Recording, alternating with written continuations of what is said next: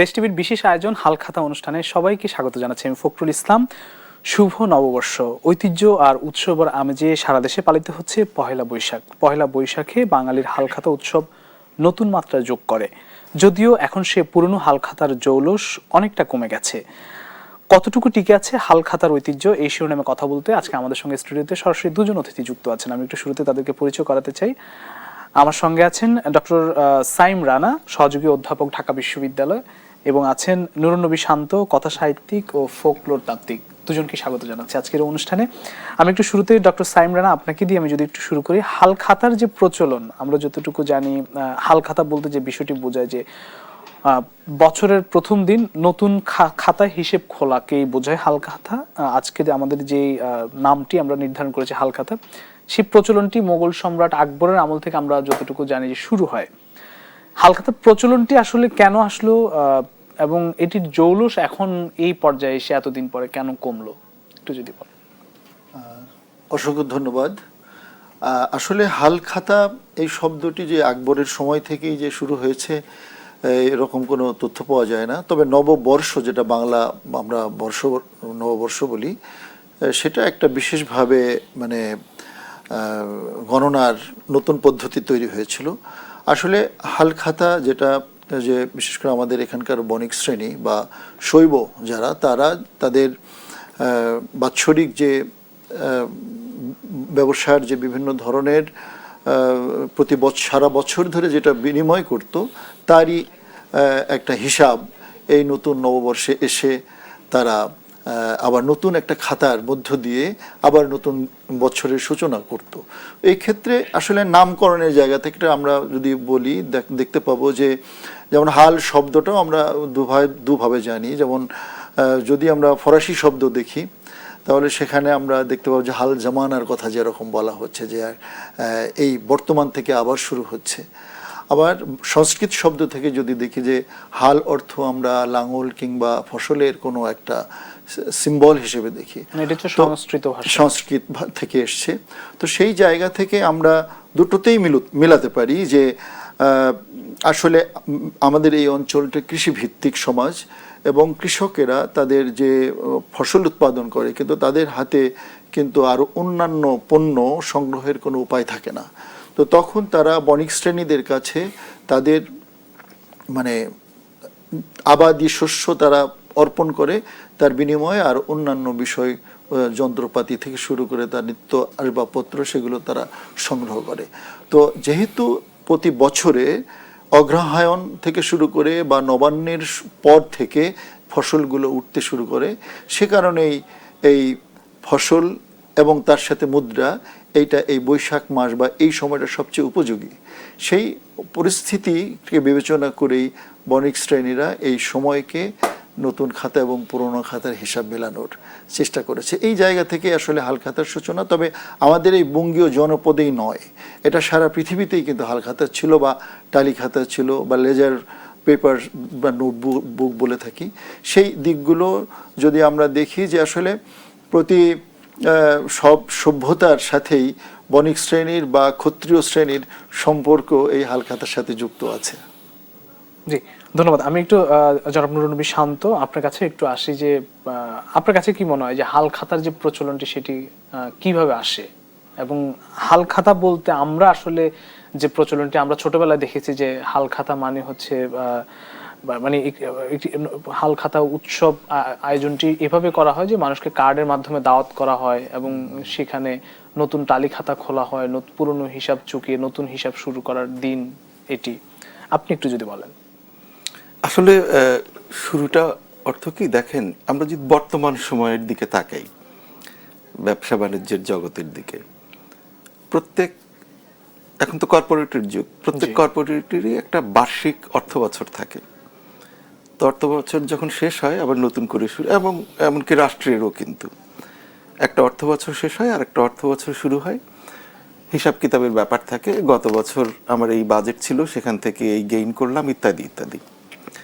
তো আমাদের এখানে কি পদ্ধতিতে করা হয় সেটা একরকম, কিন্তু আমাদের যে কৃষিভিত্তিক জীবন, অর্থাৎ যারা ক্রেতা, ব্যবসায়ীদের, ক্ষুদ্র ব্যবসায়ী কিংবা মাঝারি ব্যবসায়ী কিংবা বড় ব্যবসায়ী, তারা সবাই কৃষির সঙ্গে যুক্ত ঐতিহ্যগতভাবে। এখন সময়টা বদলে গেছে। এই যে কৃষির সঙ্গে যুক্ত, সবসময় যে তারা টাকা দিয়ে দ্রব্য নিত, সংগ্রহ করত, তা কিন্তু নয়। যে দ্রব্যটার প্রয়োজন হতো সেটা তারা নিয়ে নিত। বছর শেষে যখন সে ফসল পাচ্ছে, সেই ফসল বিক্রি করে যখন তার হাতে টাকা আসছে, মুদ্রা আসছে, তখন সে তার সারা বছরের বকেয়া পরিশোধ করত। এই যে সারা বছরের বকেয়া পরিশোধ করত, ব্যবসায়ীর দিক থেকে হচ্ছে লাভ। সে একসঙ্গে তখন এই পুরো বছরের একটা আর্থিক হিসাব তৈরি করতে পারে, আয় ব্যয়ের হিসাব যেটাকে আমরা বলি, এখন অ্যাকাউন্টিং এর ভাষায় অনেক কিছু বলা হয়। ফলে দেখেন, যে কোনো প্রক্রিয়া আসলে বদলাবেই। ব্যবসার ধরন এখন বদলে গেছে। তখন তো খাতায় লেখা হতো, তারও আগে কড়ি দিয়ে হিসাব রাখা হতো, তাই তো?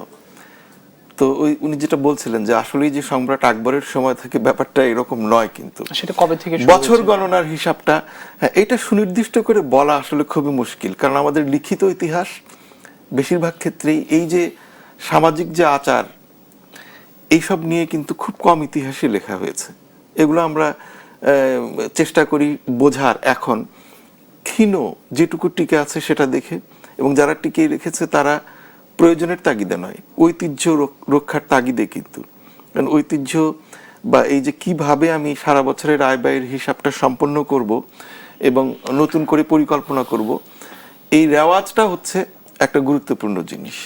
সেটাকে এখন হয়তো আমরা একটা পদ্ধতি বানিয়েছি, সিস্টেম বানিয়েছি, যেটা কম্পিউটারে ঢুকেছে, যার জন্য আর খাতাপত্র লাগবে না।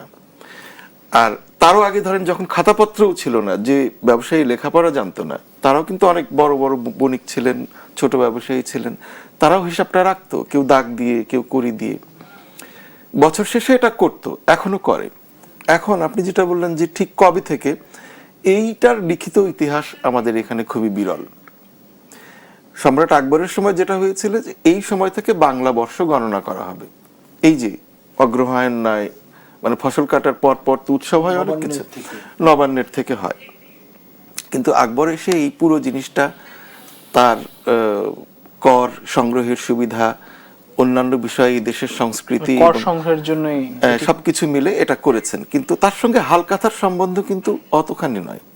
হালকাথাটা মানুষের জীবন থেকে উঠে আসা, এটা আমাদের সংস্কৃতির একটা অংশ, এটা ঐতিহ্য, এটা পালন করতে হয়, এবং এটা একটা বিশ্বাস এবং অর্থনৈতিক মানে সিস্টেমের জায়গা থেকে এটা খুবই অপরিহার্য।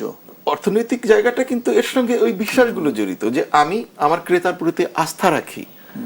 ক্রেতাও কিন্তু জানে যে আমি তো দিয়ে দিতে পারবোই। আচ্ছা, এরকম কি হয়নি কখনো যে একটা প্রাকৃতিক দুর্যোগ হলো, ফসল নষ্ট হলো, তখন কি হতো? মানে আমরা খুব একটা দ্বন্দ্ব হতো, মারামারি, এরকম শুনি না, কিন্তু সম্পর্কটা এরকম ছিল। যে কারণে আমি তো বকেয়া পাওনা পরিশোধ করছি, তাহলে ওখানে সবাইকে আপ্যায়ন করা হচ্ছে কেন? আচ্ছা, ক্রেতা কারা হয়? প্রাপ্তবয়স্করা, শিশুদেরকেও আপ্যায়ন করা হচ্ছে কেন হচ্ছে? তার মানে এটা হালখাতাটা কিন্তু ওই হিসাব নিকাশ একটা উপলক্ষ, তার সঙ্গে জড়িয়ে আমরা যা করছি তা কিন্তু আমরা আমাদের জীবনযাপন, এই জীবনযাপনটা একার না। আমি এখনকার ব্যবসায়ী, কর্পোরেট ব্যবসায়ী যেমন ক্রেতার সঙ্গে তার কোনো আত্মিক যোগ কিন্তু নেই। তখন ক্রেতা ছিল আমি এই অঞ্চলের বণিক, আমার ক্রেতারাও এই অঞ্চলের। আমি হয়তো পাটটা দিই, আরেকজন হয়তো তেজপাতাটা দেয়, আরেকজন হয়তো সোনাটা দেয়, আরেকজন তরি তরকারি দেয়, আরেকজন নুন লবণ দেয়। এই যে একটা কৌম ব্যাপার, যে কারণে এটা একটা সংস্কৃতি হয়ে উঠেছে এবং দীর্ঘকাল ধরে টিকে আছে। আমরা আলোচনা আবারও ফিরবো একটু বিরতি থেকে ফিরে এসে। প্রিয় দর্শক, দেশ টিভির বিশেষ আয়োজন হালখাতা অনুষ্ঠানে একটি ছোট্ট বিরতি, ফিরছি একটু পর, সঙ্গেই থাকুন।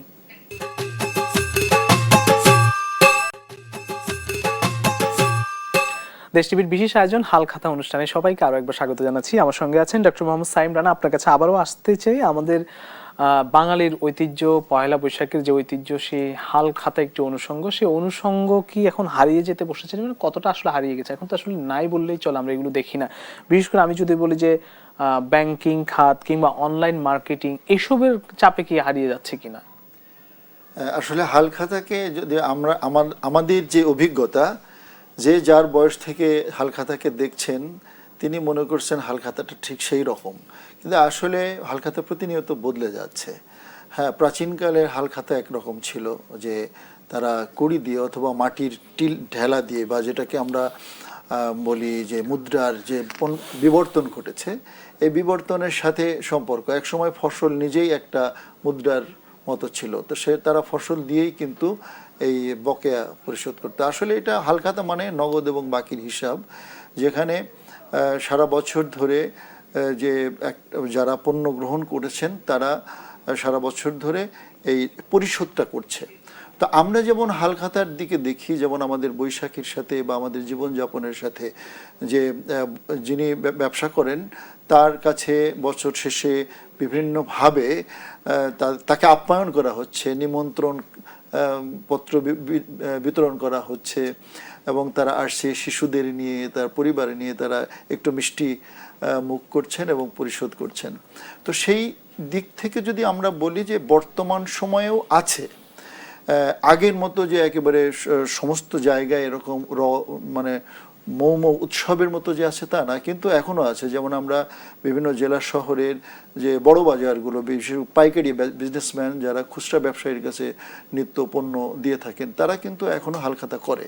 আমাদের পুরান ঢাকার কথাও বলতে পারি, যে পুরান ঢাকাতেও কিন্তু অনেক মানে যারা ট্র্যাডিশনাল বিজনেসম্যান বা ঐতিহ্যবাহী ব্যবসায়ী, তারা হ্যাঁ, তারা কিন্তু এখনও হালখাতা করে চলেছে। বিশেষ করে যারা এই একটা বিশেষ কমিউনিটির সাথে তাদের ব্যবসাটা চিরাচরিত।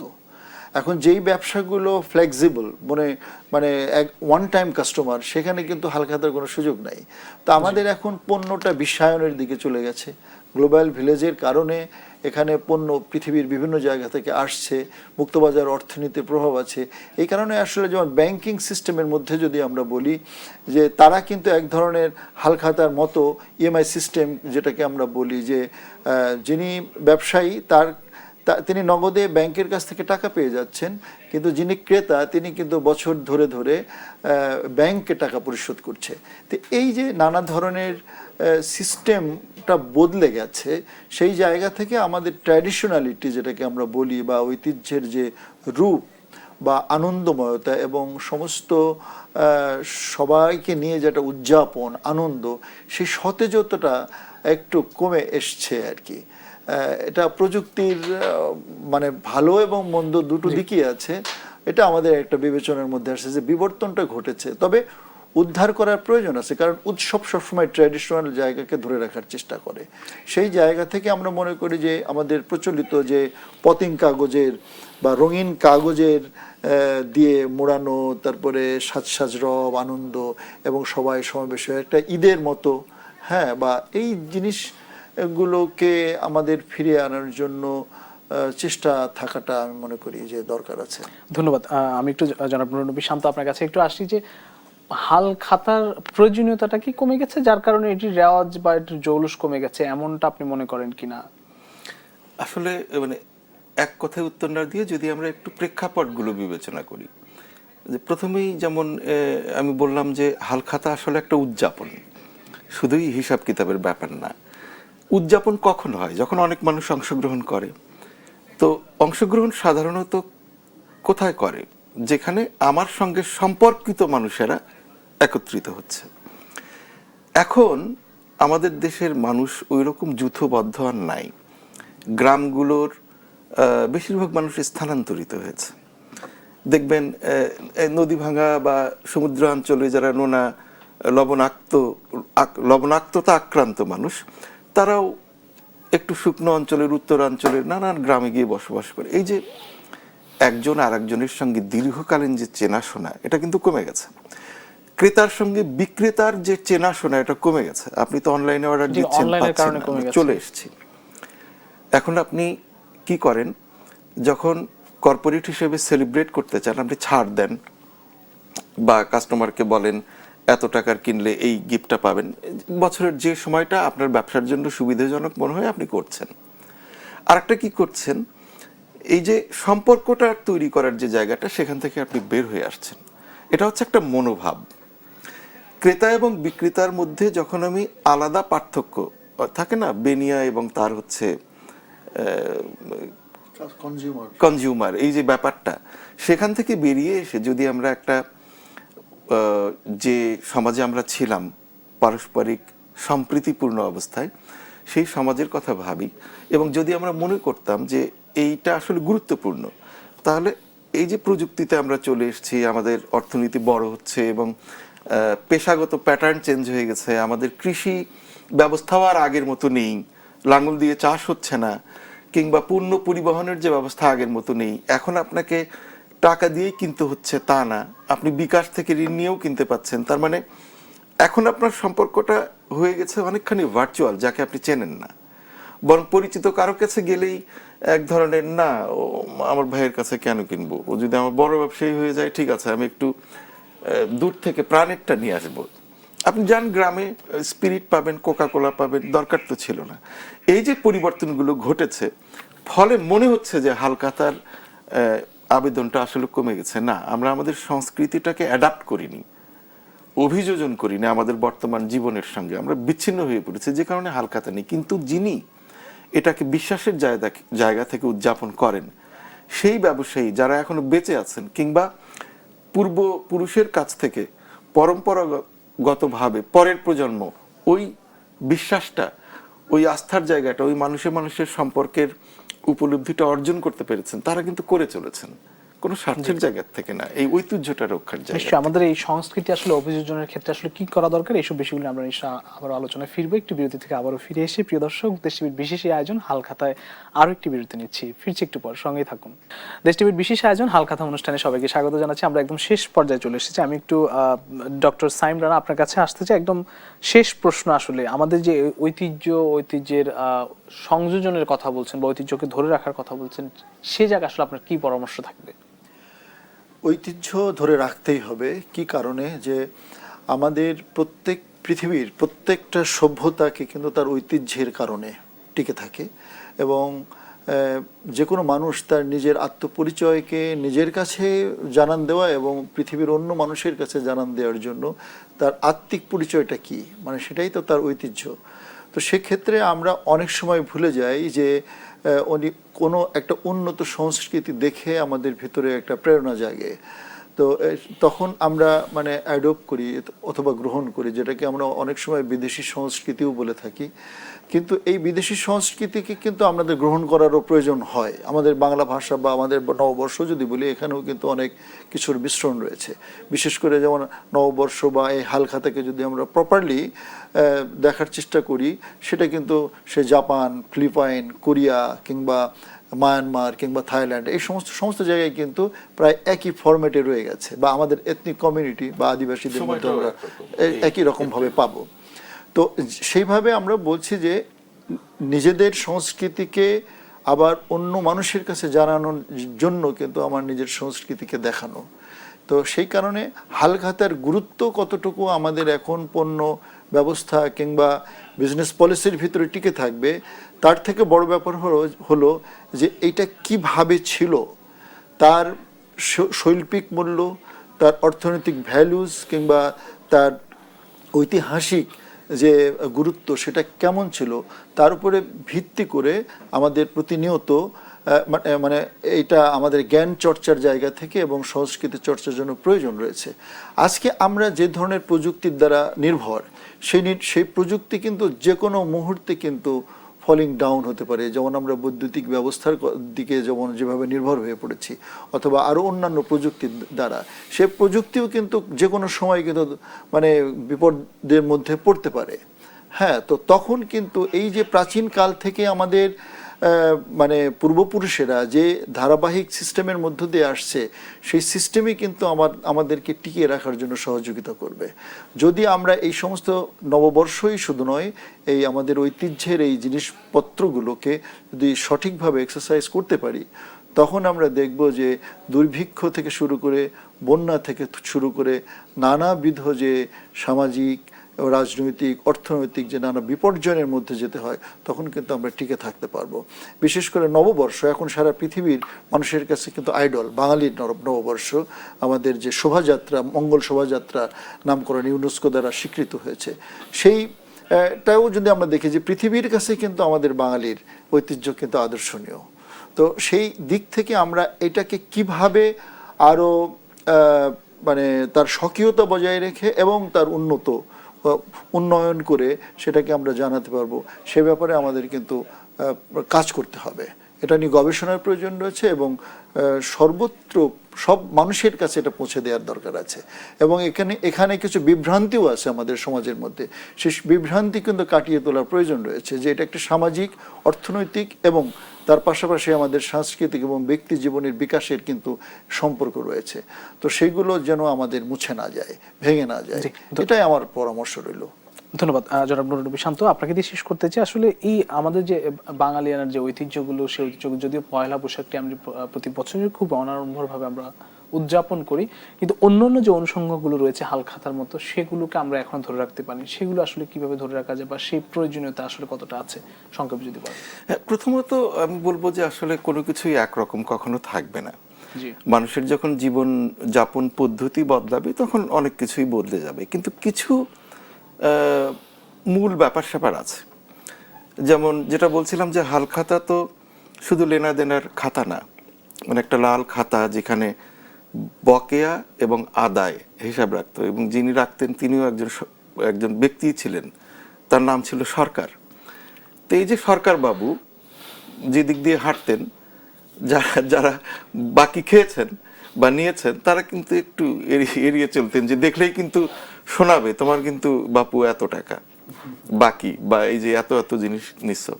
সে হয়তো তখনই চাচ্ছে না, কিন্তু ওই যে মনে করিয়ে দেবে, একটু এড়িয়ে চলে। তো এটা হচ্ছে কি একটা সম্পর্ক। এখন যেটা হয়, ব্যবসা খুব ভালো হয়। আমাদের এই যে আমরা যদি আজকের দিনটার দিকেই তাকাই, ঢাকা শহর এবং গোটা বাংলাদেশ সবাই যে পোশাক পরেছে, এখন কিন্তু খুঁজে পাওয়া যায় যে হ্যাঁ, এই যে শাড়ির যে উপরে যে সমস্ত নকশা, যে মোটিভ বা পাঞ্জাবির যে ব্যাপারগুলো তৈরি হয়েছে, টি শার্ট, অনেকেই মাথায় পতাকা বাঁধছে, একটা কিন্তু বাংলাদেশি মোটিভ পয়লা বৈশাখের পোশাকে গ্রাম থেকে শহর ফুটে ওঠে। তো তার মানে বদলে গেলেই যে সবকিছু আসলে, এটা তো আগে ছিল না।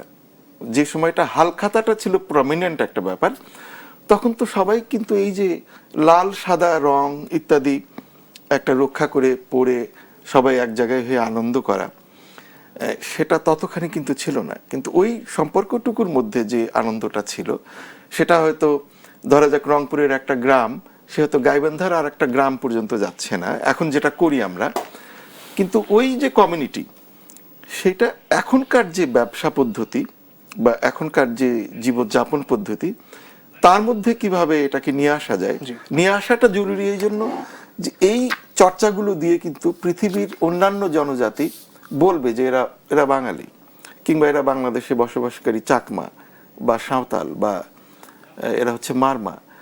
আমাদের প্রত্যেকের এই যে সাধারণ যে জায়গাগুলো আছে, যা দিয়ে আমাদের আলাদা করে চেনা যায়, আমার শুধু পোশাক এবং ভাষাই নয়, জীবন আচার যা দিয়ে চেনা যায়। ব্যবসা সবাই করছে, কিন্তু সবাই শপিং মল কেন্দ্রিক না হয়ে আমরা ওই জায়গাটা ধরে রেখেও আজকের কর্পোরেট ব্যবসাও করতে পারতাম। তাহলে হতো কি, শুধু আমাদের যে গ্রোথ সেটা নিয়েই সন্তুষ্ট হতাম না, আমাদের সম্পর্ক নিয়েও আমরা একটু খুশি থাকতাম। অসংখ্য ধন্যবাদ জনাব নুরুল নবী শান্ত এবং ডক্টর মোহাম্মদ সাইম রানা, দুজনকে আবারও ধন্যবাদ জানাচ্ছি। প্রিয় দর্শক, দেশ টিভির বিশেষ আয়োজন হালখাতা অনুষ্ঠান যে যেখান থেকে দেখলেন, সবাইকে অসংখ্য ধন্যবাদ। আবার দেখা হবে আগামী কোনো অনুষ্ঠান নিয়ে। সেই পর্যন্ত সবাই ভালো থাকবেন, সুস্থ থাকবেন। শুভ দুপুর।